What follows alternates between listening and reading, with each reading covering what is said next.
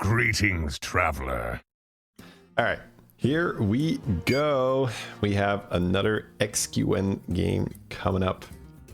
Tier 7, Beast Elemental, Naga, Pirate Undead. Okay, so the first thing we notice here is that we have Nagas and we have Pirates. That means we have Sanders and Zargira, so that opens up very fast board development. So you can go crazy here.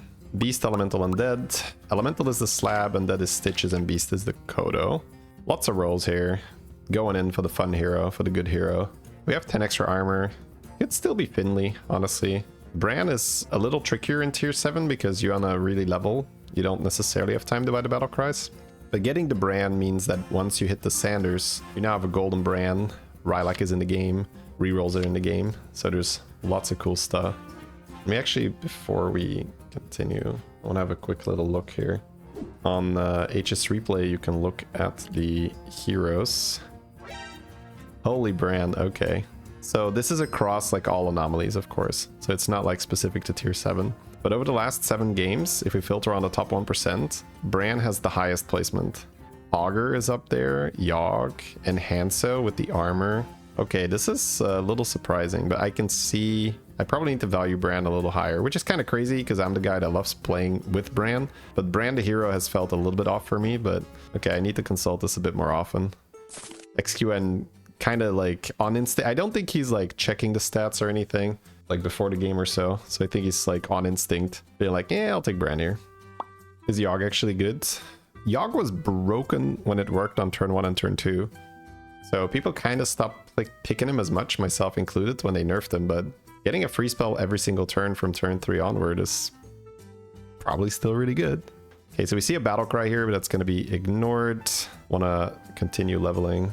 Tier 7, it's all about getting those 7 drops early, right? Like, especially if we can get our Bran online before the before we get the 7s, we can just plop a Sanders on it, and that's straight up infinite money. We're fighting Snake Eyes, so we're taking quite some damage here. She has more money than us right now. Ooh, Rover is usually fantastic battle cry early. I think we actually like buying the 2-1 and the 1-1 here, because you're getting the rolls as well with the Seer, so you're guaranteed a good use for your Seer battle cry. He might consider holding both. Oh, and then trying to get Bran next turn, and then getting more value from the Rover. Oh, and then this is so smart. And then he uses coin to get the rolls to make sure that he hits the battle cries. See, that's like one shop, and like, of course, I didn't like stare at it like for 3 minutes or whatever, but neither did XQN. But this is a much better solution, right? I think you can very, very easily on autopilot be like, oh, I'll just play them. But this is extremely high chance to work now because he has the rolls. Across 3 shops, he needs to buy 2 battle cries. And then he will become very strong because he has Forest Rover and maybe a Forest Rover pair. He already has the battle cries. Now, he could get greedy here, but he's not. Okay. He's like, just don't be stupid. Well, also, if he buys the battle cries here, he is guaranteed to get a good spell with his Seer. So, yeah, already popping off, already playing really well. So, yeah, it's turn 3/4, and XQN has already deviated from the standard plays. Not that, you know, no one's ever held battle cries for Bran before. That's a pretty common thing. But specifically there in that shop and then coining for the rolls, it was very smart, super cool. Even though he didn't really need the rolls. So he's gonna take the damage here, and then I'm guessing we're gonna... Ooh, double level. So he's already... Oh, again, so smart, so good. Yep. This is so wonderful. Because normally in a tier 7 lobby, I would say that we really want to be tier 4 on turn 5 because we want a power level, right? So maybe spend 1 turn on tier 4 to stabilize and then just like level to 5 and hopefully level to 6 and start tripling into 7 drops. Because we stayed on tier 2 to get our battle cries for our Bran, that was going to be more difficult. But because the damage coin spawned in the shop and XUN just had a bunch of random battle cries on the board that he bought for his Bran, he can actually sell for the double level. Which will lose him this fight, but that is kind of a lose the fight, win the war kind of deal. And it's barely a loss as well. Elemental is money, the rest is trash. Yep, okay, cool. I'm glad that was an easy evaluation. So he's got Macaw. Oh, Fellhorn is disgusting with Brand. It's actually, it's it's so good. Is he considering the level again here? He could, by selling the Fellhorn and the Naga. I think he is, because I think if he wasn't leveling here, he would have used his rolls on tier 4 to roll a better beast to buff with Fellhorn. So the moment that he sort of was putting his cards on the table, you're like, okay, he's leveling here, because otherwise it would make no sense, because you would just like miss an awesome play where you can get so much value from a Lasher. So XQN essentially says that he doesn't really want to stabilize on tier 4 that much. He wants to potentially get something crazy on 5, but with the Macaw spawning the Beetle, he actually doesn't even lose here, which means you could just push 6. Because if you push 6 here, you can only take 10, you go to 30, and then hopefully you get the 7 drops before everyone else. Finds a Titus and another Macaw, has the Elemental in the hand. It won't be a triple yet. Probably want to try to force that into a tier 7 triple. Okay, he will take the rolls, but he also only took a coin, so he can actually still level if these rolls yield nothing, but he finds Rylak, which is so good. There is a rightmost buff here if he wants to play that to stabilize. Turtle is great, because we are likely losing here, because we're not really making our board that much stronger. We're buying Rylak, which is value, right? Ever since Jeep, ooh, he targeted Elemental to try and get the rolls. But I don't think we need to Rylak the rightmost, right? We're gonna Rylak the Shark for money. Because again, it is a tier 7 lobby, so it's all about just money, money, money, level fast to get the 7s. Because 7 drops are so much stronger than any other minion that if you spend your money on like mediocre reward rather than just getting more money, which you can then spend to level and find the 6s, or sorry, the 7s, it's not a good deal if you're not just maximizing economy here. He's also just really strong. This early Brand plus Forest Rover play, and then the Macaw did wonders for him. So only 6 damage here, and he has Turtle, so we can absolutely level. Finding a Elemental in the shop is not even bad, because he can take the 7 drop 1 turn early here. Has the money, we're gonna keep rolling. Tiger Shark, another Rylak, a Reborn. This is getting very, very good. Elhorn, this tempo. So now he has to decide whether he wants to keep the Forest Rovers or whether he wants to keep the Tiger Shark. We'll keep the Tiger Shark, it seems. Could end on the Forest Rover for tempo. Okay, we are cycling the Fellhorn, so we're not considering Fellhorn next to Rylak. XQN also having the infuriating bug where the discovery is not in the right spot. So if you're too fast, you click Wind Fury by mistake. Okay. He's going like full economy. So it's basically what we just discussed, right? But he's going to take that to its extreme, essentially, where he's essentially not going for his Beetle tempo at all. And he's going full money. Now, this is one of those don't try this at home kits kind of moments, because XQN gets away with this often. Sometimes he doesn't, right? Sometimes he crashes and burns, but this is very much, I always say, like, this is the feeling of he throws the parachute out of the plane and then he dives after the parachute, assuming that he is good enough to get his parachute on in time. That's what he's doing right now. Because this is like, we have no tempo. We're going to generate a lot of money. And then it's up to him to turn that money into a board. So this is very, very much like, all right, I'm going in and I hope that I make it. Now, he is generating a full hand. He has Rylak, Fellhorn, Shimmermoth. So if all else fails, he can just do that and he will be strong. So it's actually already fine because the Rylak basically got him covered. He's like, don't worry, I got you, bro. So we're probably selling out of this Elemental. This pick he needs to make fast because he's got a long turn ahead. It's not a good time warp. I think you just don't care and you take 2 things and you just go blah, blah, blah, blah, blah. Yeah, so he goes bananas. Yeah, Elemental never does anything. Want to make sure we have enough hand space.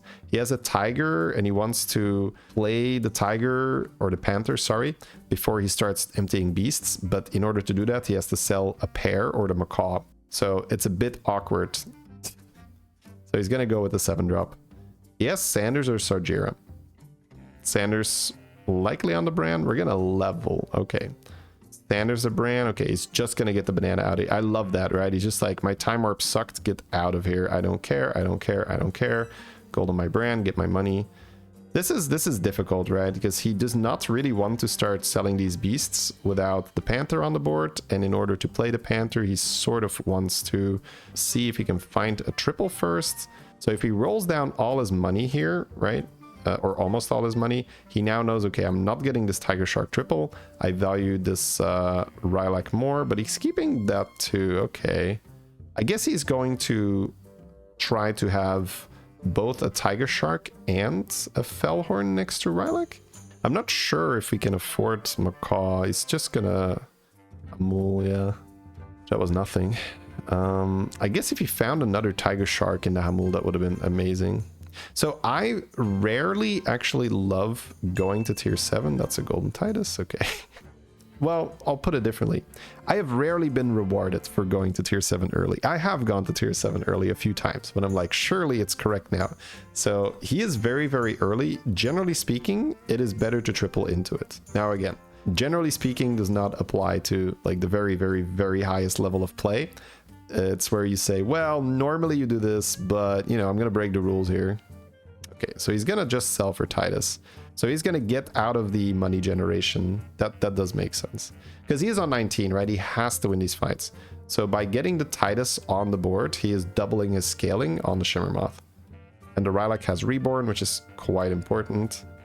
Also, we have the Shimmermoth plus Titus Death Rattle interaction. So not only does he scale more, he also summons 2 beetles if the Titus survives. But unfortunately not the case here.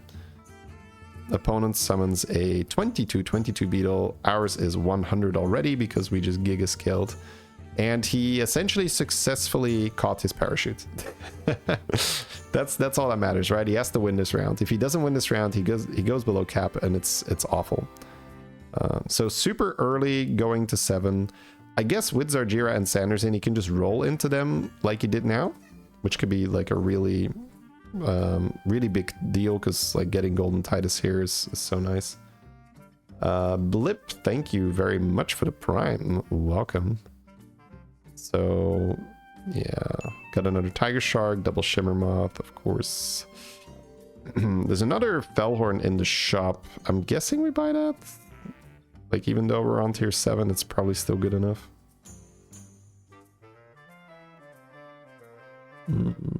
Probably have to end on another Shimmermoth, right? Ooh, we're 1 gold off. This is annoying because if you end on the Shimmermoth, you can't play the other Fellhorn before tripling. I don't think that matters. Well, it matters as in it's not good. Oh, he's just going in. He's just selling the Shimmermoth. Wow. Wow. Okay. I did not expect. Okay, I mean, see, that's why they pay him the big bucks, chat.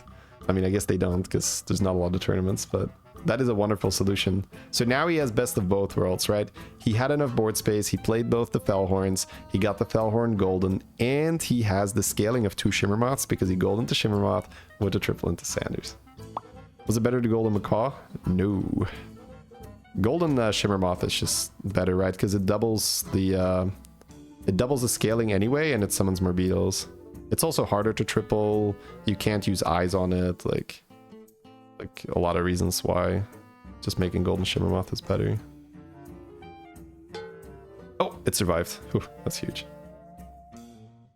Yeah, and Macaw, like, you can reborn it, but then the Rylak might already be dead.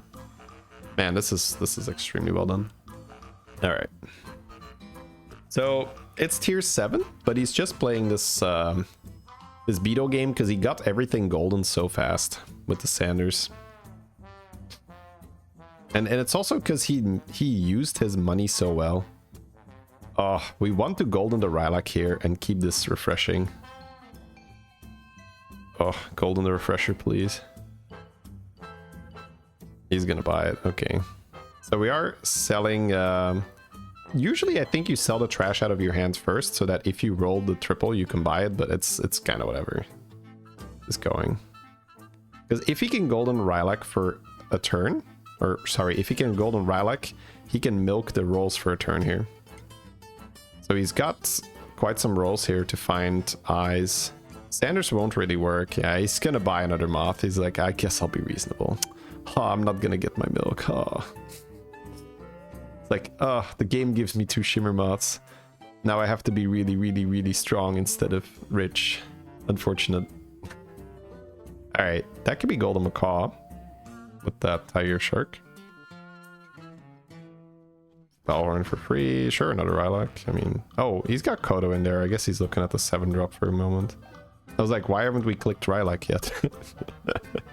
But sure, I guess if you have a 7-drop in your discovery, you have to like, well, never mind. Maybe, we have Stitch here. It's Overflow. Wow. Overflow is pretty low cap these days. But I guess he's doing it with the Lava Lurker and Stitch.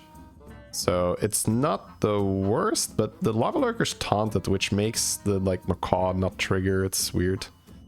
What do we need Golden Relic for?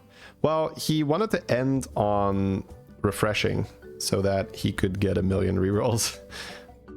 And then you just sell the refresh. But it doesn't work if the Rylak's not golden. Also, you could have double Fellhorn on the board or whatever. Are we just selling out of a Shimmermoth? We are. Just sell it. Sell it like used garbage. Get out of here, Shimmermoth. Not like you are basically my comp or anything. I agree, right? You want to roll. You want to get... I guess, what is it that he's buying? Golden Macaw, right? Yeah. The Raw is 2 6-drops. Or actually 3, because he's got Golden Brand. I guess he can get his Shimmermoth back. Yep, there we go. Easy. Also, it's a tier 7 lobby. Zargira, Sanders. There's probably still shenanigans that he can do. We're playing the Tethys to try to get a proc on it while we're shopping. Discover a 7-drop, not quite as good. Not getting the proc because we just are barely short. Alright, there's the Golden Rylak. If he can find the refresher, he could milk for a turn. Also, you get a 7-drop, right? Which is, like, you could just hit Sanders here. Zargira is generally the pick. It's just money. Zargira, that Zesty gives him +1 gold here. Because the spellcrafts will bounce. Beetles makes him quite strong. Just go for money here, yeah. Like, it's kind of hard to keep the Zargira in the hands. Or on the board, rather. So just take +3 gold with that. Is he going to milk coins for a turn? He is. And then oil. No, I was gonna think like, ooh. Yeah, Cycle Beast seems better. So now he's just looking for money. That is interesting to me. So that makes me think that he's not actually happy to play Beetles here. Because why look for the beasts if you already have your comp basically at max potential if you just have 2 Shimmer Moths to scale? Because, well, I guess it's Golden Macaw, right? Yeah. He does still need a Golden Macaw, that helps a lot. Okay, the opponent is using Stitch with Acid Rain, which would normally be very strong, but they're only 700, so the opponent probably didn't have a great Rylak game where they scaled like crazy, so they're gonna end up dying because he's on tier 7 here. Actually, tier 6 would have done it because there's 4 tokens alive. Will we go for the 2020 build this game? Seeing as there are no Murlocs in the lobby, that's gonna be tough. It's a tough task. Okay, he is buying the Kodo now, so he has some kind of a plan with the Kodo. He's got the other Kodo in his hand already from the Tiger Shark that procced.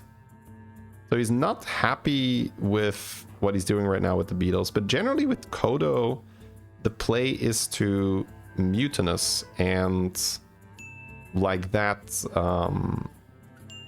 get a big Kodo, right? Because if Kodo doesn't have a lot of stats, it doesn't really do anything, right? So this will be very interesting to see how he's gonna navigate this.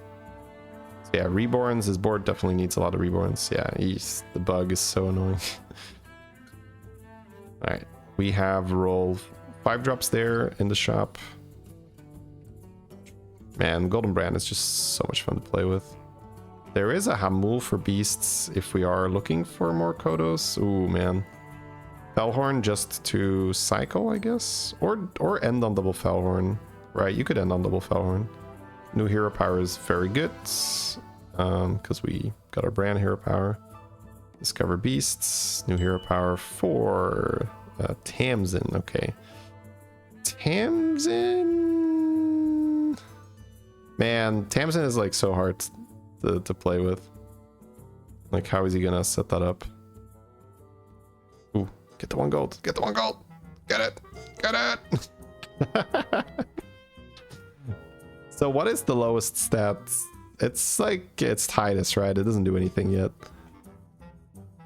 Uh-oh. Well, that's 0 scaling. That's one of the most annoying things that can happen when you are scaling with Shimmermoth and they just have a Nuzao and they never ever beat you because they're too small and your tokens will farm them, but they ruin your scaling. So it's annoying. It's like, couldn't you have just died without ruining my scaling, you peasant? That's sort of the sentiment, I would say. I guess as long as you have enough Kodos, they start doing something. And we also have this Tamsin hero power that makes things weirder. We do have a Stitch now, man. There are options here. You know, I'm just happy that I'm not playing this game right now because I would be incredibly lost.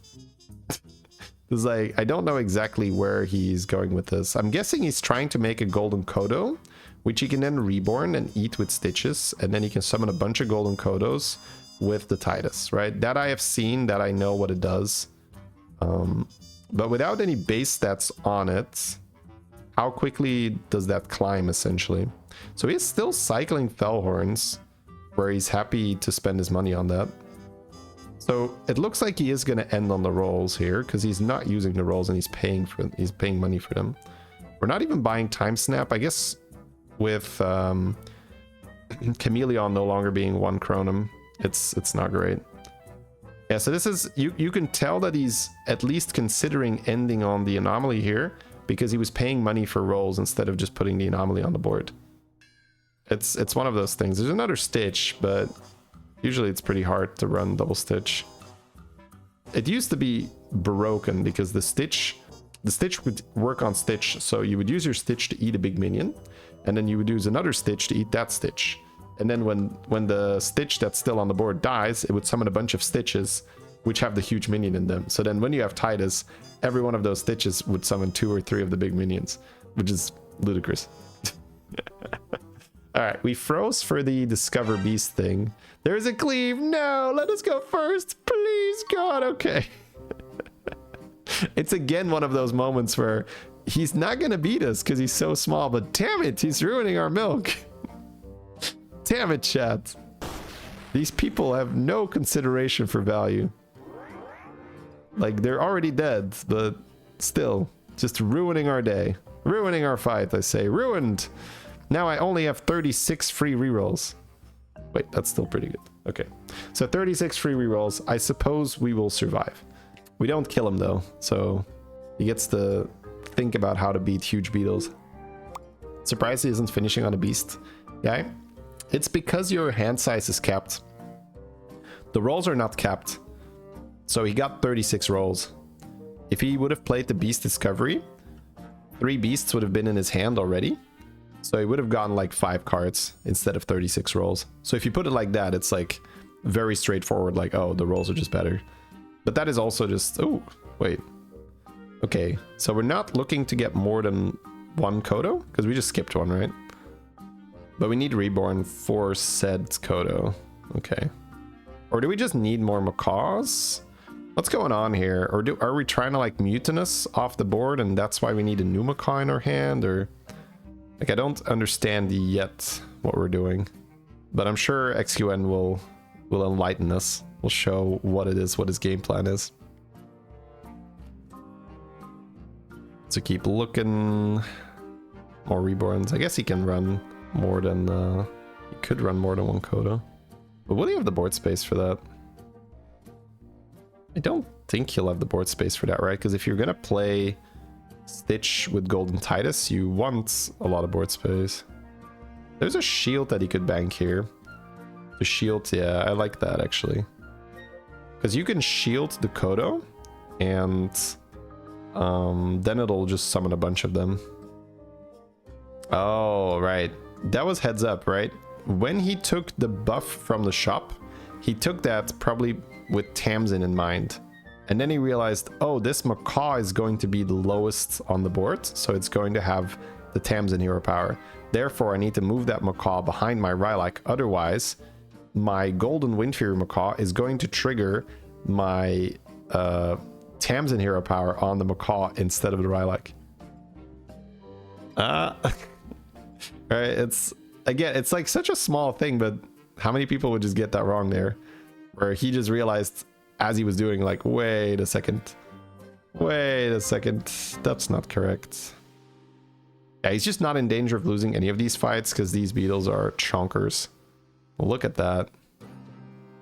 Big chonkin' beetles. Alright, so let's see how big this gets with essentially no base stats on the Kodo.